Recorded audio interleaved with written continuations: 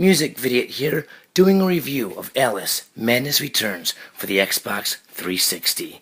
My wife usually watches me play video games all day. Well, now I'm watching her play this game because I bought it for her. She told me how much she loved the old one, American McGee's Alice.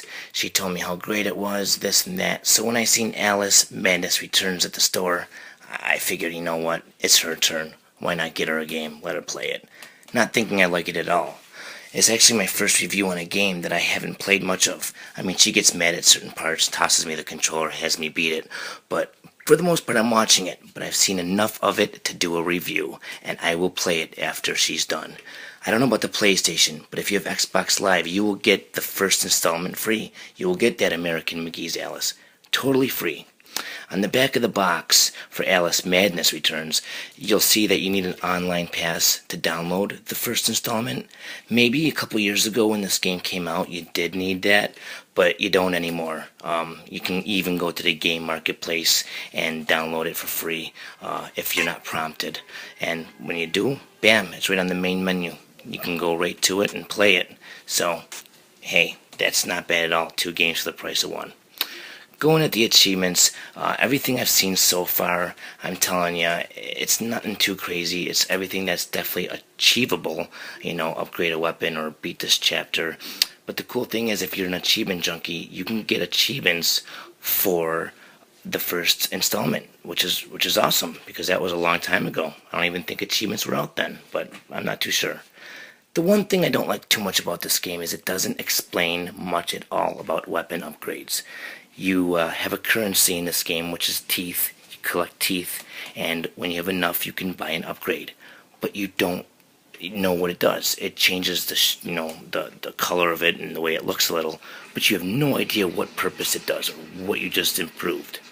There's different weapons and stuff. There's a clockwork bomb, and it's pretty cool. It's a remote bomb that you detonate it when you decide to press the button again, and the enemies will be distracted. They'll go after it to try to kill it. You can blow them up or just use that to single out another enemy while they're distracted and go take them out. It's cool. Everything that you get to do in this game, they give you a little briefing on how to use it or control it or whatever, so you're not completely clueless.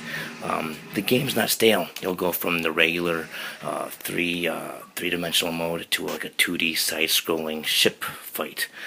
So it's pretty cool. The game changes stuff up for you, so it's very entertaining and it doesn't get stale.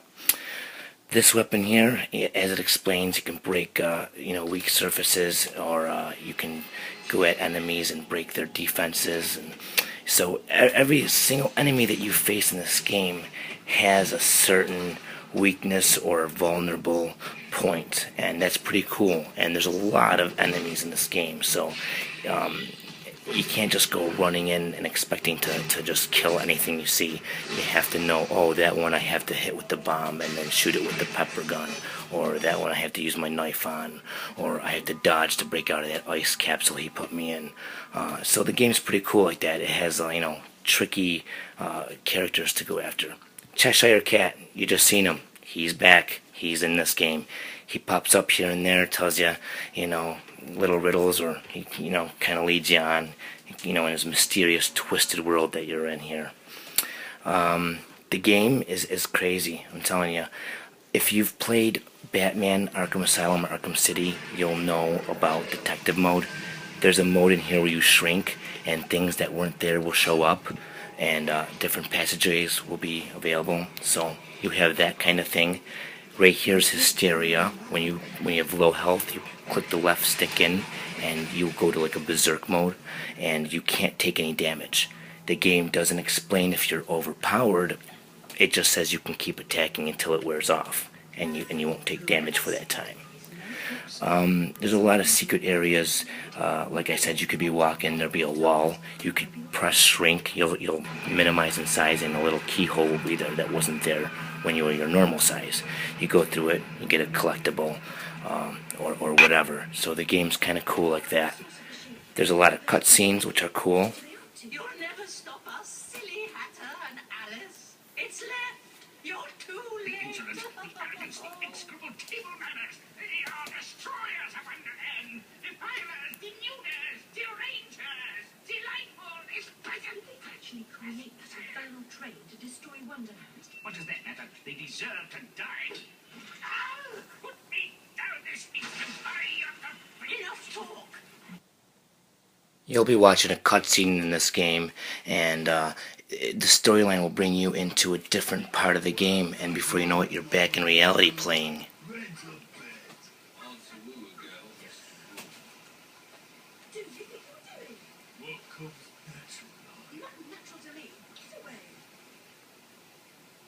So I find that pretty cool. You get to play, from the reality of the village and then back into the twisted Wonderland. So that's pretty cool that they do that back and forth like that. So when you see a cutscene, you never know where you're going to end up.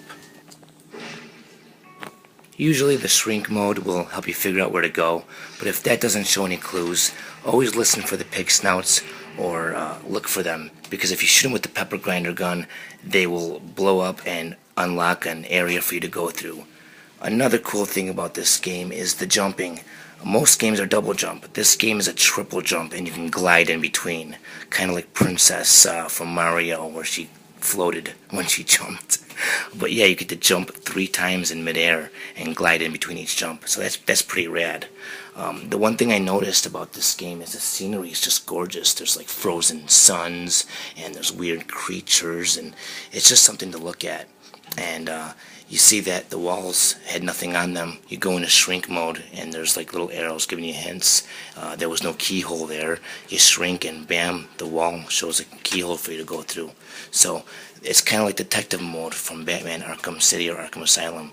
It's really cool that they have that in there. That really made this game fun to watch, especially. I can't wait to play it myself. But this game so far, it has a lot of downhill kind of stuff, but it's not overweighing. I mean, it's not overweighing at all. This hysteria mode, again, is just really, really just bizarre. She goes into this wild rage.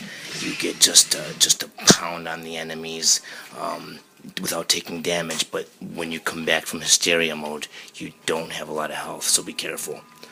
When you go into that shrink mode, you gotta be careful because anything that appears disappears quickly. So you're gonna have to shrink and then grow big and then shrink again if you wanna have that platform not completely disappear on you. So the game is kind of, it's tricky. It's got some puzzles to it.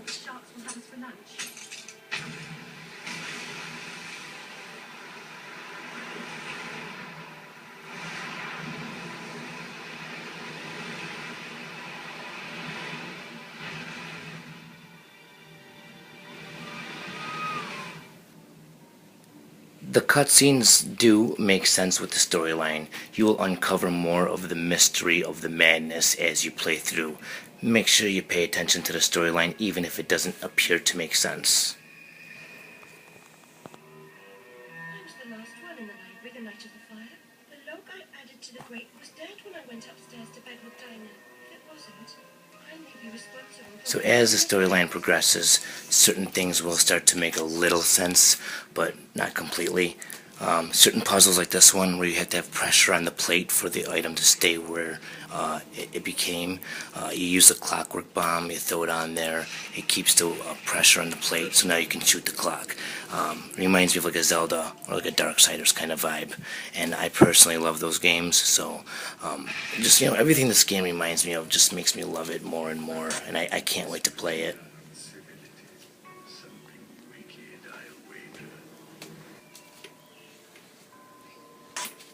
Now, even at this scene, so far in the game, you would shrink like Batman, Arkham Asylum or City. You would do detective mode.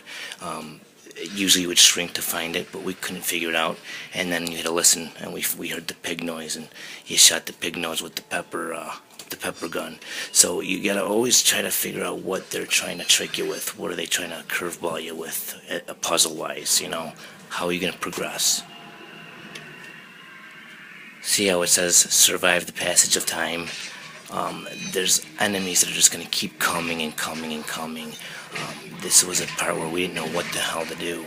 And it was something so simple as that passage of time. You got to throw your clockwork bomb out. Okay, as soon as you do that, the puzzle's solved.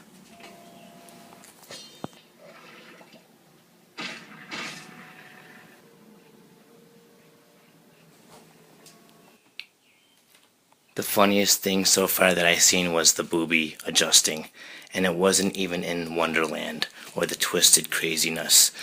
It was in the part where you're actually in the village, in supposed reality, and the lady's just standing there smoking her cigarette, and then clunk, clunk, she adjusts her boobs, and I thought it was funny enough to throw on the review. So far, you might think that this game sucks. You can't go by opinions, because I've passed many good games by because other people's reviews, and I've learned my lesson. The camera sometimes gets you killed. It doesn't explain too much with the upgrades. There is some downfalls, but the good parts, for me, overweigh the bad. When I play it, maybe I'll give a little bit more insight. I'm not sure if I'll make another video yet, but so far, I mean, there is some stuff that needs work, but I think it's a great game, and I can't wait to play it.